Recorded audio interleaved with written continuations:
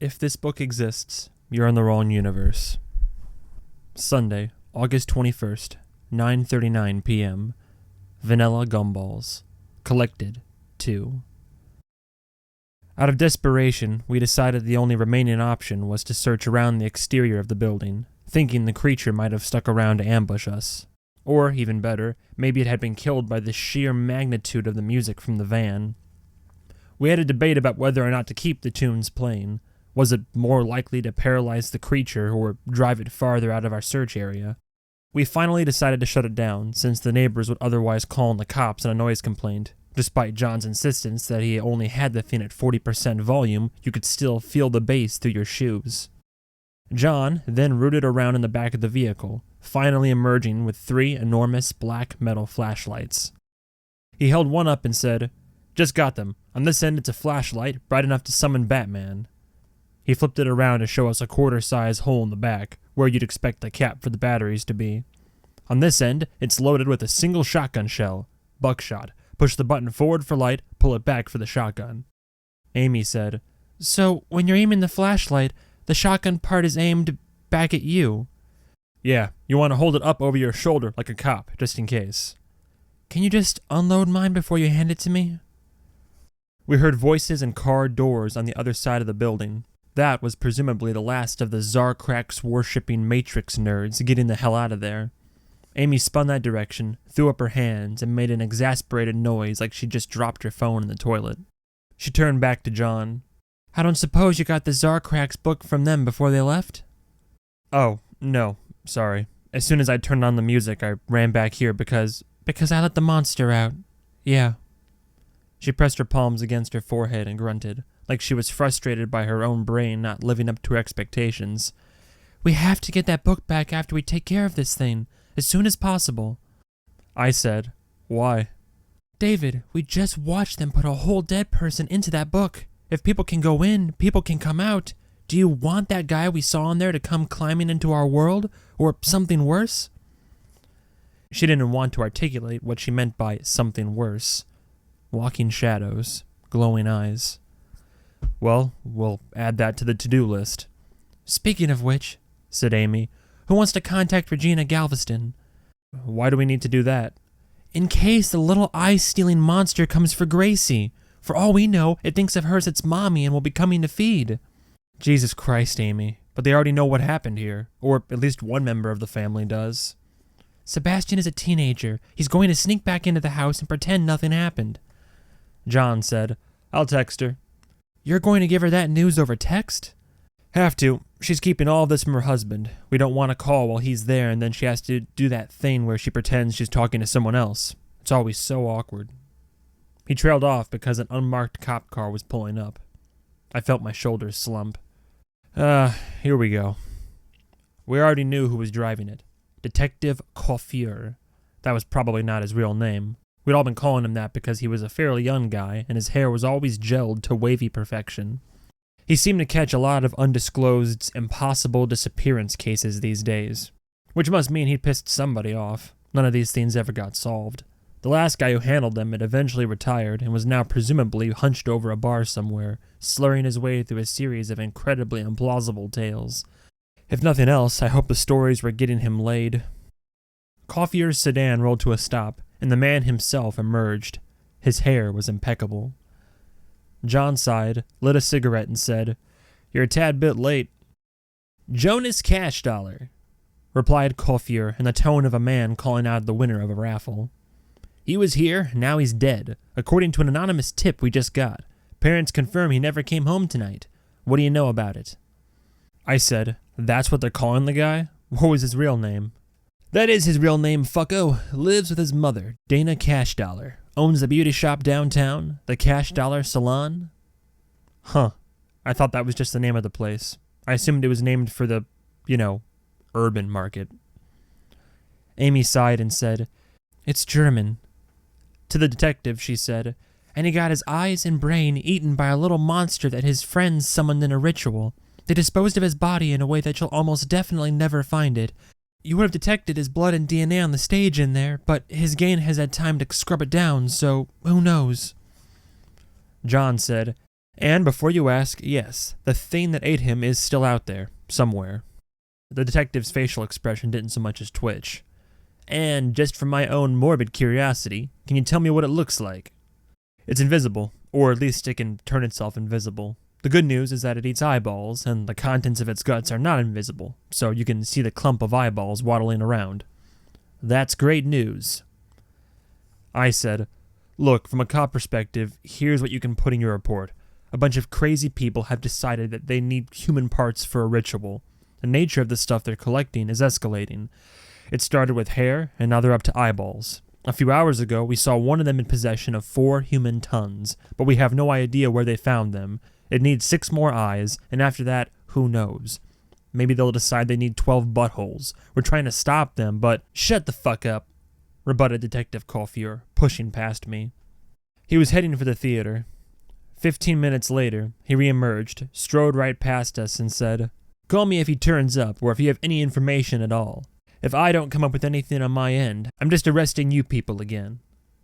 John nodded. "Fair enough." Amy said, "There's also a cursed toy, looks like a little plastic egg. If you see it, confiscate it, and a big leather-bound book." Without looking back, the detective replied, "I'll be sure to not keep an eye out for that." We watched his taillights shrink into the night. Amy powered up her flashlight. It was so bright I was surprised it didn't hum like a lightsaber. "All right," she said. "This thing doesn't move very fast, unless it has some teleportation ability, in which case we're wasting our time regardless. So, it's going to be nearby, probably within earshot of where we're standing. We keep going until we find it, or until somebody else finds it." And by that, we all knew that she meant we keep going until we heard someone in one of the surrounding businesses or residences scream that they were having their eyeballs torn out of their skull.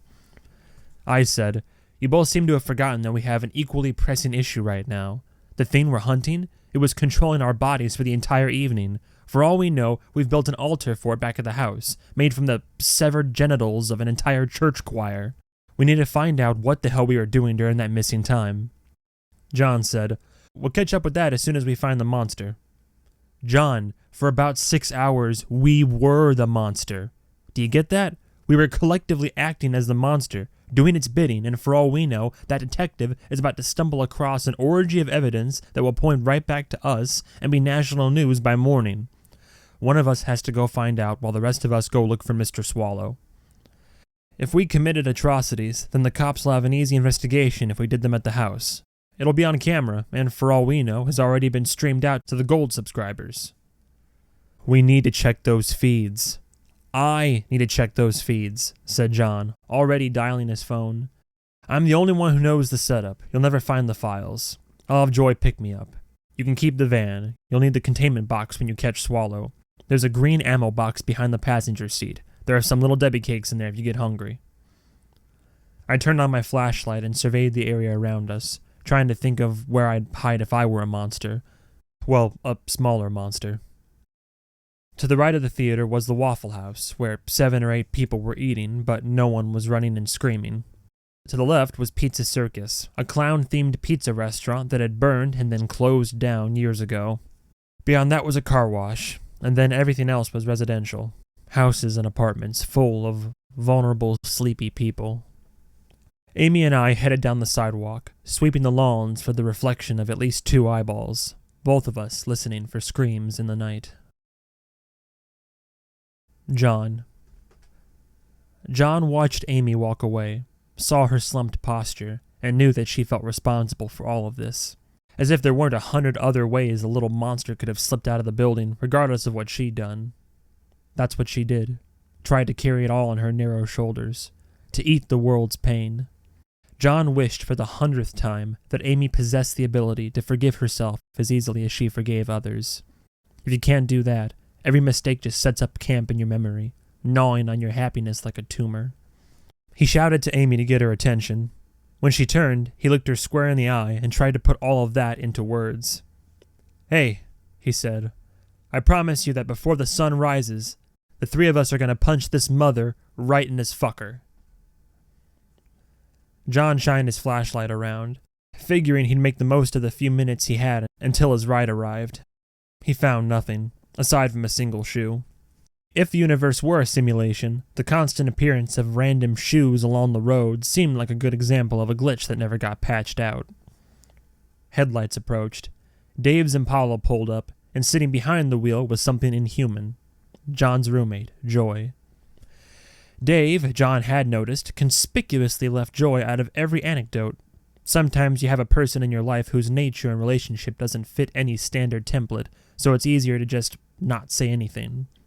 Joy, for example, appeared to be a woman somewhere between the ages of 19 and 39, had straight black hair, and, due to how her body was shaped, probably did not know what normal eye contact looked like. Over the years, John had encountered quite a few creatures from outside his own universe, but of all of them, Joy was only the second or third to move in afterward.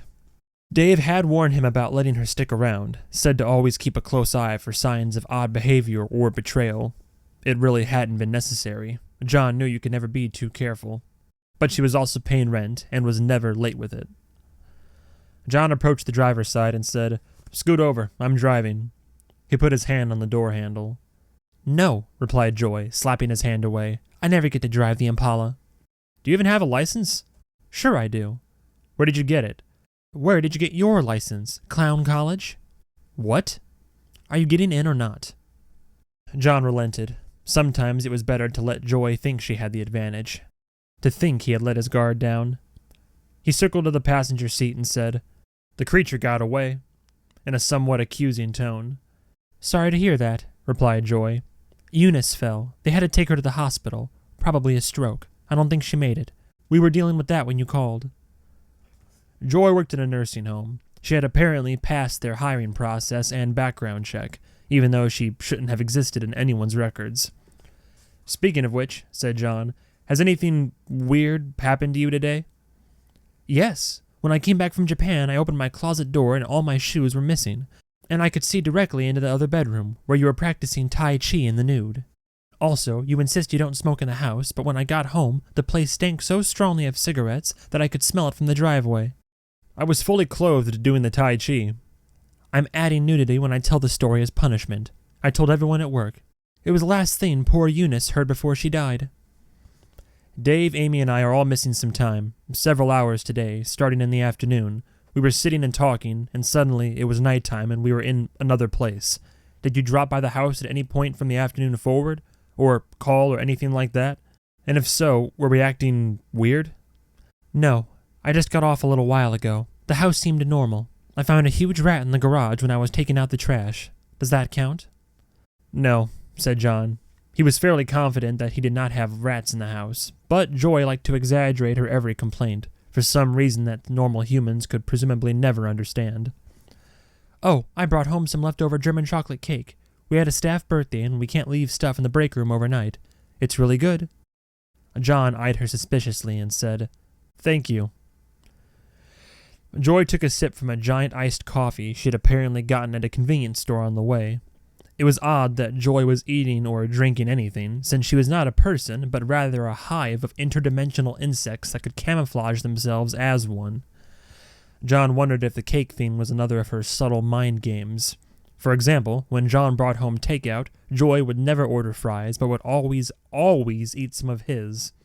When John started getting a second order of fries for her, she'd refuse them and act insulted, like he was calling her fat. When John cooked something for both of them, she'd always say she liked it, but then, without fail, would add some little note like, "You know what this needs? A little cream in the sauce. Smooth it out a bit."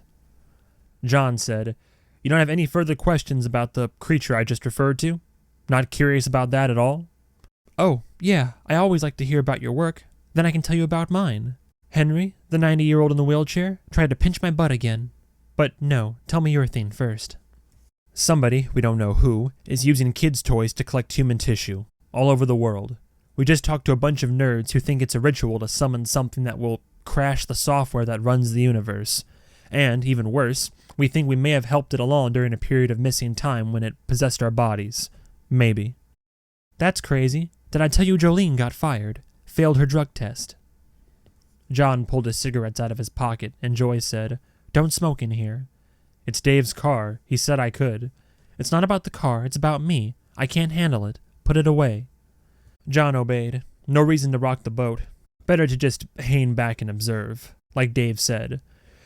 Joy presumably did not have lungs or a need to breathe at all, yet she was constantly complaining about his smoking, even if it happened hours before she entered the room. When John and Joy had taken a road trip to a water park back in June, the subject of smoking in the van had become a constant source of conflict. For whatever reason she'd cooked up in her diabolical alien mind. He'd had to keep pulling off at gas stations just so he could get a smoke in. She said, "You look tired. Do you want me to stop and get coffee?"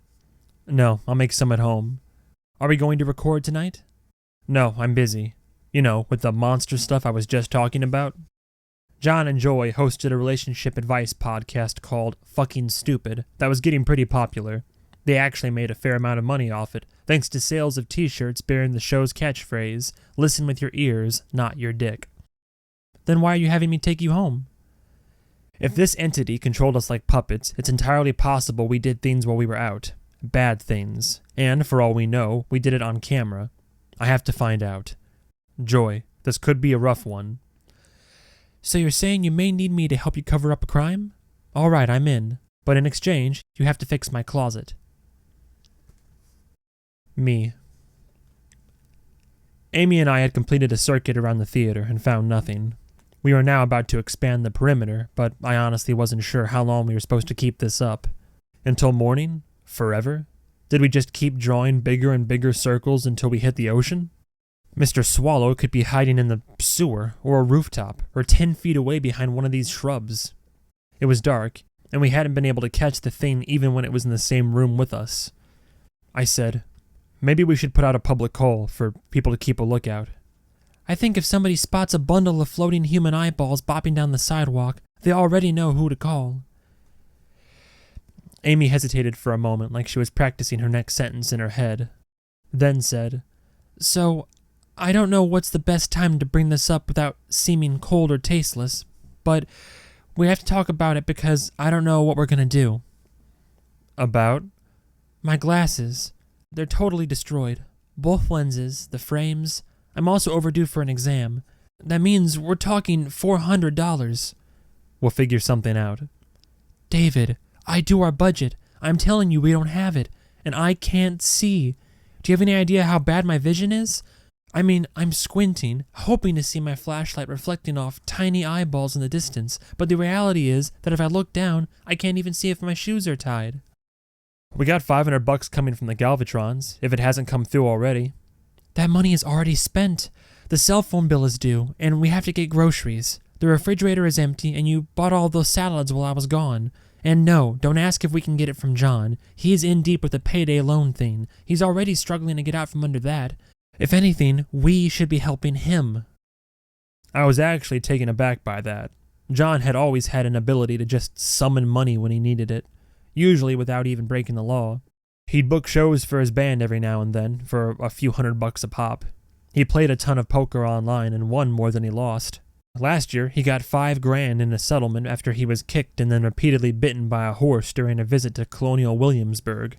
He also liked to cash in on his undisclosed fame in ways he knew Amy and I didn't really approve of, including charging for guided ghost tours through desolate neighborhoods that weren't so much haunted as neglected, basically charging people to come look at our poverty. The idea that his something will come along financial strategy maybe wasn't sustainable forever hadn't really occurred to me before. "Then I'm going to say the same thing I say every time this comes up," I said. "There's a way to get the money instantly, anytime you want. You turn on a camera, press record, and say to the fans, 'This is Amy. A monster ate my glasses, and we need $400 for new ones. Here's how you can donate.'" "Oh God, I think I'd rather be blind." "Would you really?" "I don't know. Let me think about it." Don't get me wrong, I understood her hesitation. The relationship with the stream viewers was weird, and I don't think either of us fully understood it. Half the messages we got in the site's general inbox weren't about the monsters. It was our fans wanting to know more about us, details of our lives, our relationships. Our most downloaded video was an unremarkable clip of a doll that levitated about 1/8 of an inch off the table, and it took us a while to realize it was because the preview thumbnail made it look like Amy wasn't wearing pants. This in a world swimming in free internet porn. There was an intimacy hole these people were trying to fill. a fierce and acute desire that I found every bit as creepy as the thing made of human tons. Still, money is money. And hey, I said, those glasses saved your eyeballs. That's a small price to pay. I know. See, times like this, I think, what would Amy say? And that was an example of it. If the roles were reversed, you try to see the positive. I know. We turned down a street that on one side featured a few businesses that were closed for the night. A law office, a psychic, a florist, and on the other was an apartment building. 3 stories, maybe 20 units, and probably 50 waiting eyeballs. If Mr. Swallow gets in there. I stopped and shined a light in that direction. I saw no monster, but multiple open windows it could effortlessly crawl into. From behind me, Amy said, I just wish we can get some breathing room. On the money stuff, I mean. Just so we wouldn't have to constantly worry about it. I suddenly found myself wishing Swallow would jump out and attack my face. Otherwise, this conversation would keep dancing us closer and closer toward the precipice of things we don't talk about. If I lean over the edge, I can see the anxieties lumbering around down there in the darkness. The fact that Amy needs back surgery and we can't afford it. That she also mentioned needing dental work and we can't afford that either. That my resume is nothing but a few years managing a video store among a whole lot of inexplicable self-employment and empty space. That we could get kicked out of our apartment at any moment. At the level of poverty where we exist, not starving but hopelessly locked out of the middle class, it feels like flying over an active volcano on the back of a winged creature that is friendly but also very drunk. America is, after all, full of dirt-cheap comforts. My t-shirts are $5 at Walmart. The most amazing fast food costs less than what you'd pay to make it yourself. A good coffee maker will beat anything you get in a fancy cafe. Cheap alcohol gets you drunk faster than the expensive stuff. So you can chill in a lawn chair on a nice autumn day with a beverage in your hand and say, this isn't so bad. But if one of us gets a toothache, or breaks our glasses, or, God forbid, both, well, now our whole world is threatening to come apart. The fact that at any moment your drunk Pegasus could dump you into the lava lurks behind every moment of joy. I'll hear about a friend getting pregnant, and the happiness lasts about 10 seconds before I think, how is she going to afford maternity leave and diapers considering she's a waitress and the father is a dumbass? I'm not good friends with any rich people, but I've known plenty on the level of the Galvatrons. The ones who probably don't think of themselves as rich because they don't have a yacht. Their true wealth is invisible to them, because it comes in the form of what they're missing. That constant hum of anxiety that sucks the energy from the rest of us. If their refrigerator craps out, they can fix it. If they fall down the stairs, their insurance will cover the hospital bill. If the breadwinner loses his job, he'll have his pick of landing spots. When I daydream about having money, it's not about jewelry and jacuzzis and jet skis. I dream about having that unseen cushion, that margin of error I can just take for granted. I don't doubt that if they were here, the professionals out in the Galvatron's housing development would say they have plenty of anxiety, that they spend sleepless nights worried about their retirement and investments and if their kids' extracurriculars are good enough to get them into a top school. But I'd kill to have that. The luxury of worrying about the future. At our level, you don't get to think beyond this month's bills. Looking too far ahead is dangerous, like trying to read a map while you're driving. So we get locked into a loop where the best possible future is one that looks exactly like our present.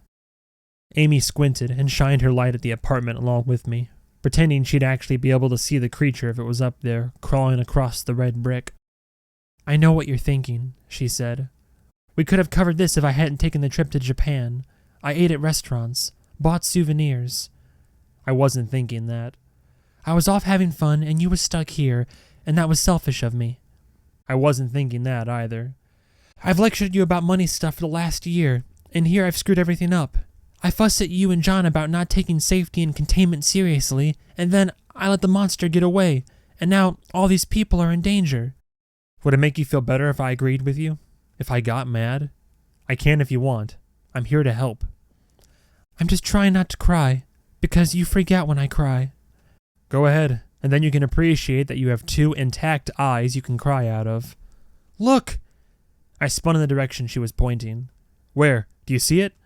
No, but there's a bus stop. It took me a few moments to understand what she meant. Just down the sidewalk from the apartments was a group of several weary people standing at said bus stop, the bus rolling down the block from the other direction. If Mr. Swallow was looking for prey, here was a whole pack of them, out in the open, unarmed and unaware. We jogged toward the group.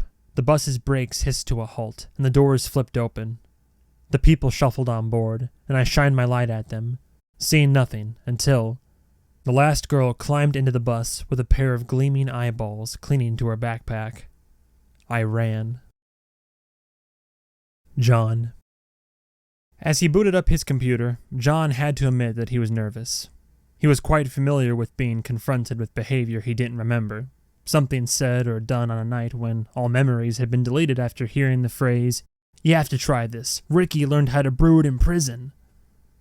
Somebody would share videos from the night in question, and John would watch the loose, uninhibited party time version of himself, cringing but also envying him a little. But what he was about to do now was different. Running back video of the missing time today would mean watching himself be the victim of the most intimate kind of violation. A domination of his will, knowing control had only been handed back to him after he was safely in a cage. It was like the puppeteer wanted them to know what had been done to them, to fully feel what had been taken. Cars must feel like this when you drive them to the dealership to shop for their replacement. Waving his arms, John clicked around the folders where the various cameras stored their files. It wasn't their habit to film every minute of their lives. John thought something that profane yet erotic would surely be banned from the internet within days. But aside from the security cameras watching the yard, one of which was blocked because some birds had built a nest in front of it, and the camera in the garage that had been pointed at the containment box, John had 2 motion-activated cameras watching the front and back doors from the inside. That meant anything they did or said in those parts of the kitchen and living room should have been recorded for posterity, as long as someone had triggered the camera by moving across that part of the room. So, for example, the first clip he found was the back door camera kicking in when Amy and Dave returned from the Galvatron house, with John recovering from his assault at the hands of Bass. That one, of course, played out exactly as John remembered it. The camera captured the first part of their conversation, and then went back to sleep a minute after they walked out of the frame. John noticed how terrible his posture was in the clip, and involuntarily straightened while watching. John next found a clip that, from its timestamp, would be from later in the day, during the lost period. He braced himself and brought it up on screen. There was the partial view of the living room, seen from the grainy camera aimed at the door from the opposite corner. John had activated it by walking toward the front door, pulling out his cigarettes and lighter. He seemed completely normal and was doing something he had done a dozen times a day, going out onto the porch to smoke. A muffled conversation was happening off-screen, Dave and Amy talking in the kitchen. Or was it the puppet master entity speaking through them? John cranked the audio and listened closely. Dave, if they're recruiting nerds, they surely have at least one pretty girl to draw in new members. Amy, this doesn't sound like a sex cult to me. Dave, you think male recruits have to be offered sex? She just has to pay them a single compliment. Boys are so starved for compliments that if you give them just one, they're your slave forever. In 5th grade, a cute girl told me I looked tough, and I still remember it to this day. Amy, that's depressing. When I was in Japan, I told a guy I liked his dye job. He had this electric blue hair. Do you think he obsessed over that for the rest of the day? Dave, I'm surprised you didn't find him clinging to the bottom of your plane when you landed. At that point in the video, John had burst back into the living room from the porch, eyes wild with excitement. John, holy shit, come take a look at this. Amy, what is it? John, 3 squirrels are porking on the fence. It's a threesome. They're switching positions, up there around the barbed wire. These guys are freaks. Bring your phone. Look, I think a 4th is joining in. What the fuck? The clip ended at the point that the camera went back to sleep due to lack of motion. Everyone had stayed on the porch for quite a while, it seemed. John closed the file. He continued his search, but the next 3 clips captured just seconds of unremarkable conversation. Joy walked up to him as he watched, having wrapped herself in a sweater. Joy was always either too cold or too hot. There was no adjusting the climate control to suit her. He'd tried. Joy said, "Brr. So what did you discover? Did you commit crimes?" John shook his head, but said nothing. He needed to think. He went to the kitchen and got out his coffee-making supplies, which included a stick of butter. John went through a lot of butter. The only reason restaurant food tastes better than what you can make at home is they use so much butter that if you tried to buy that amount for yourself, the grocery store would call the cops. "What's wrong?" Joy had followed him in. "I think the entity we're fighting," he said solemnly, "possessed us, and then made us act like a bunch of useless assholes." Me. I made it to the bus and stuck my arm in the door just as it was closing. The bus driver, a grizzled old guy who looked like he'd been pulled off the cover of a 1940s blues album, said, "You getting on?" "This is an emergency," I shouted, while trying to catch my breath. "Something dangerous got on the bus. Everyone needs to get off." From behind me, Amy was running up, saying, "It's a bomb!" The bus driver showed no alarm at this. "Says who?" Instead of answering, I pulled myself up into the bus and took in the few passengers. There was a teenage boy sitting with a black case shaped like a giant lollipop, an old woman leaning on her window who may possibly have been dead, a drunk young couple in the back making out and ignoring the commotion entirely, and the girl who'd had the eyeball swallower on her backpack. She was tall, with cornrows, wearing a t-shirt that marked her as an Ace Hardware employee, unless she was wearing it ironically. I said, "You! It's attached to you! It was on your backpack!" "What? It's on my—" She stood up, then reached down to where she'd apparently stashed the backpack on the floor. Amy and I ran up to her. Nothing on the backpack. Nothing on the floor. Nothing on the girl. I checked the floor, the ceiling, the back of my own shirt. Shit, it's gone. The Ace Hardware girl turned to me, and a horrible look of recognition hit her face. Her eyes went wide. I thought she was about to say I had a clump of eyeballs clinging to my chin, but instead she said, "Oh no, you were that guy, the monster guy. Oh my god, it's not a bomb, is it? Is it?" "Don't panic," I screeched. "It's a small creature, nearly invisible." Ace Hardware reacted to this by panicking, even though I just asked her not to. "People, there's a monster in here! This is that monster guy! And look, this is his girlfriend with the missing hand! Everybody run!" The driver, who sounded like he was very familiar with nighttime freakouts on his bus, said, "Now everybody settle down. We're already behind schedule, so what I need everyone to do is— Lord, what is it?" The driver was clawing at his face. Mr. Swallow was trying to latch onto his right eye socket. Amy and I both started to run back that direction, but just then, the bus lurched forward, and I grabbed a rail to keep from falling. Amy failed to do that and tumbled to the floor. The driver had lost control of his body, and apparently his foot had landed hard on the accelerator. The bus rumbled down the street, picking up speed much faster than I'd have thought the vehicle was capable of. Passengers were screaming. The bus driver was punching himself in the face, the 2 extra eyeballs hovering there bouncing with the impact. The bus veered off the street, bumped over a curb, and headed directly toward a house. Amy yelled, "Stop! Hit the brake!" But the bus driver had seemingly lost all awareness of his surroundings, pummeling the invisible horror on his face and screaming for the Lord to banish this demon from his presence. The bus flew across the lawn, closing the distance with the house in 3 seconds. In that time, I caught just a glimpse of a living room lit by a lamp and a flickering television, before everything became a roar of cracking wood and tinkling glass. The bus slammed to a halt, and everyone was flung forward. I landed right on top of Amy and immediately worried I'd flattened her. I stumbled to my feet to find the front of the bus was now in a living room. The front tires were parked on top of a coffee table we'd crushed. The rest of the bus was still out on the lawn. The windshield in front of me had been turned into a scatter of glass jewels on the floor. I turned to ask if Amy was okay, but she was already up, waving me off. I then found the driver, who was feeling his right eye with his hand and looking dazed. The creature was no longer clinging to him, apparently having been flung free on impact. The man now had a ring of red indentations around the eye socket where Swallow had latched on with its burrowed human teeth. Amy scanned the area. "Everybody okay back there? Keep an eye out for, well, eyes. A pair of floating human eyeballs." "Did that thing attack the driver's face?" asked Ace Hardware. "Oh my god, nobody's going to believe this. Where's my phone?" It seemed likely that Swallow had been flung out of the windshield and into the house we just plowed into. After several attempts, I figured out the bus's door opening mechanism and stepped out into the living room, trying not to trip over a scatter of boards, drywall, and vinyl siding. I had no idea where my flashlight/shotgun went. back in the bus somewhere. I heard a noise. I turned to find an elderly couple, both wearing t-shirts, both completely nude from the waist down. They were sweaty, like they'd been interrupted in the act of old fucking. Amy jumped down from the bus and said, "Go back into your room! It's dangerous!" They did not do that. The bus driver then ambled up behind us, looking very much like he considered this his jurisdiction, as if the house were now an extension of the bus. He said, "There's been an accident. There's something in here. Something demonic."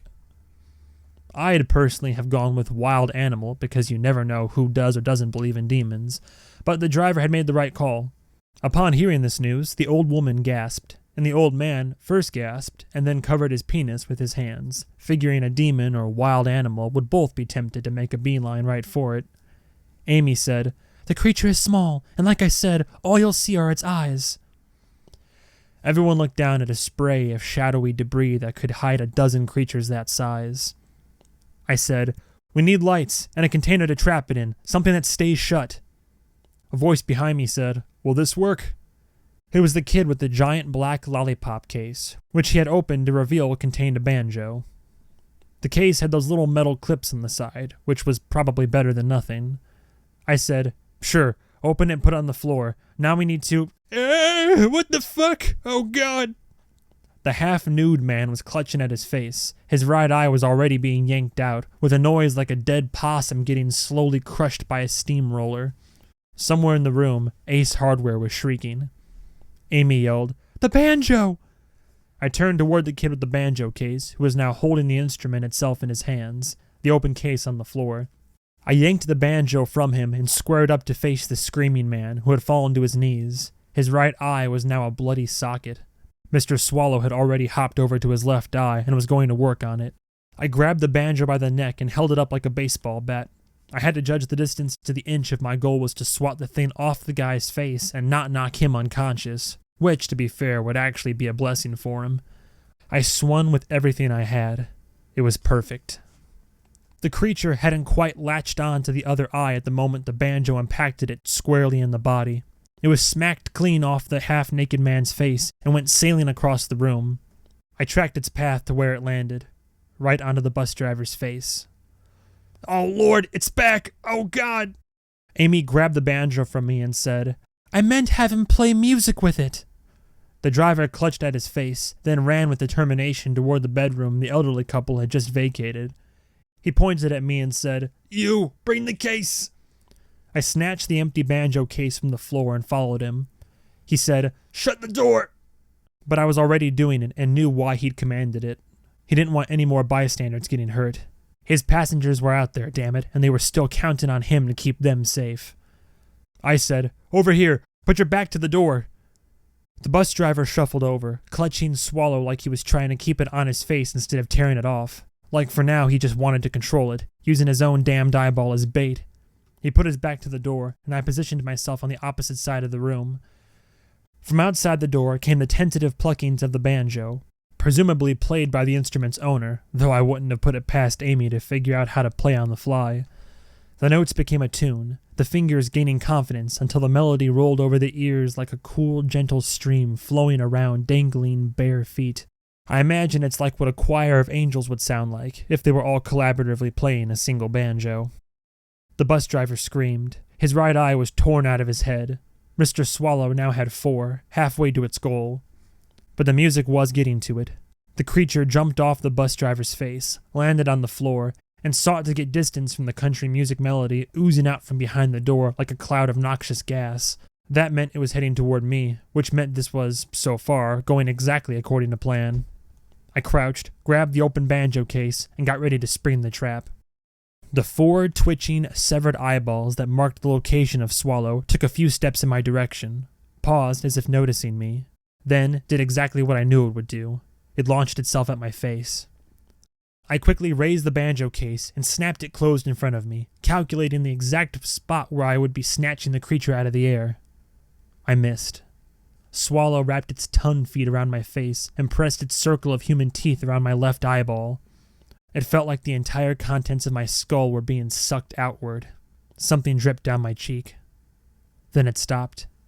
The creature recoiled, as if it had tasted something unexpected and toxic, like if you bit into what you thought was a chocolate chip cookie only to find out it was oatmeal raisin. It jumped off my face, and I caught it with both hands, stuffed it into the banjo case, and trapped it inside. John. All told, John watched 9 clips from their span of missing time, some more than once. The longest sustained piece of video was the 3 of them in the kitchen, eating dinner. John had made tuna salad sandwiches that they ate with chips, and for the most part, everyone ate in silence, looking at their phones. At one point, Amy looked over at the can of fight piss Dave was drinking, and this exchange ensued. Amy: I don't know how you can drink that stuff with meals. Actually, I don't know how you can drink it at all. Dave: Well, it's better this way.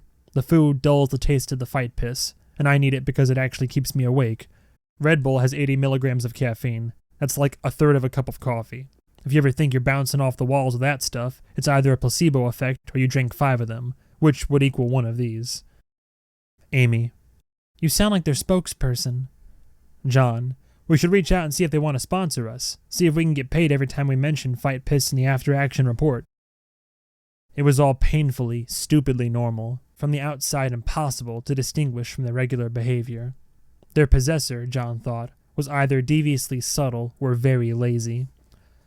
But then there was the final clip, one recorded as they were preparing to depart for the theater. He'd watched it over and over again, unable to make sense of it. He needed Dave and Amy to see it. He texted both of them, but had not gotten an answer. He wasn't sure how worried he should be yet. He would have hit the road to try to go join them, but who knew where the hunt had taken them by this point? The gate alarm sounded. John checked the camera feed on his laptop, expecting it would be Dave standing there with Mr. Swallow impaled on a spear. Instead, it was a beefy guy with his arms crossed, like he was ready to give somebody a stern talking to. He was wearing a suit.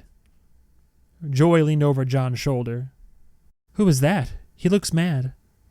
I'm thinking that's Dalton Galvatron, the dad of the wizard child who assaulted me this afternoon. And maybe he's here to apologize about that. He doesn't look like he's going to apologize. John had to agree. The man looked like he was ready to administer a medical-grade ass beating. He looked like the kind of guy who didn't like having to yell at a waiter about getting his order wrong, but he didn't not like it either. He looked like the guy who, back in high school, was the type of well-rounded Superman you never see in teen movies. A star on the wrestling team who also was valedictorian. A kid who could bench press more than anybody else, but was also smarter than handsomer too. A genetic lottery winner who would spend his life getting frustrated by the losers who couldn't keep up. Actually, John said, I think he's going to demand we give back the money his wife paid us. You want to come with me for backup? Nope. John went out to meet the man at the gate and said, How can I help you? I'm Dalton Galveston, grumbled the man, apparently so angry that he mispronounced his own name. Regina's husband. Of course. You want to come in? I've got coffee brewing. No, I don't want coffee, he growled. I need to get home and get some sleep, because unlike you, I work for a living. But I can't do that, because a short time ago, I was informed that one of my son's friends has disappeared and that people are saying my family is involved, because it turns out that the missing boy was part of some goth club that my son is into. I hear all of this from my crying wife, who admits that she paid you people to handle it, saying you were sending her weird text messages all evening. Then I find out you were at the theater when this kid disappeared, but when I talk to the cops, they don't seem to show the least bit of interest in even talking to you about it. So I sat down and searched for you people online, trying to figure out what in the blue blazes is going on here. I learned a lot. My friend, if we had $1 for every time we got accused of killing somebody just because we showed up at the scene of their death by monster, we'd have like $4 by now, which I guess is not a lot of money unless you're making it in this exact way. Did I say I thought you killed him? Would I have driven over here alone if I thought that? Or if I thought your best friend turns into a winged monster at night and feeds on vagrants, like a whole lot of people around here seem to think? No. You and your friends are social parasites, making money off the squalid ruin that is this town. I think you took my wife for $500. I think you sell snake oil to scare people, and I think sales spike every time somebody turns up dead. Yeah, we get accused of that one a lot too. What do you want, a refund? The only part I don't understand is how you get the police to cooperate. There's clips online, you know. Cops escorting you guys right through yellow tape. John lit a cigarette and said, If we're cooperating with the police, What does that tell you? I don't know, but I intend to find out. Are you cutting them in? Is the whole town corrupt?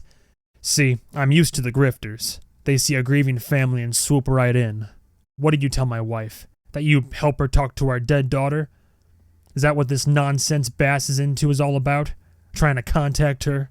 Oldest magic trick in the books, right there, turning anguish into profit. Your wife came to us because Bass was into something, and she was worried that he and Gracie were in danger.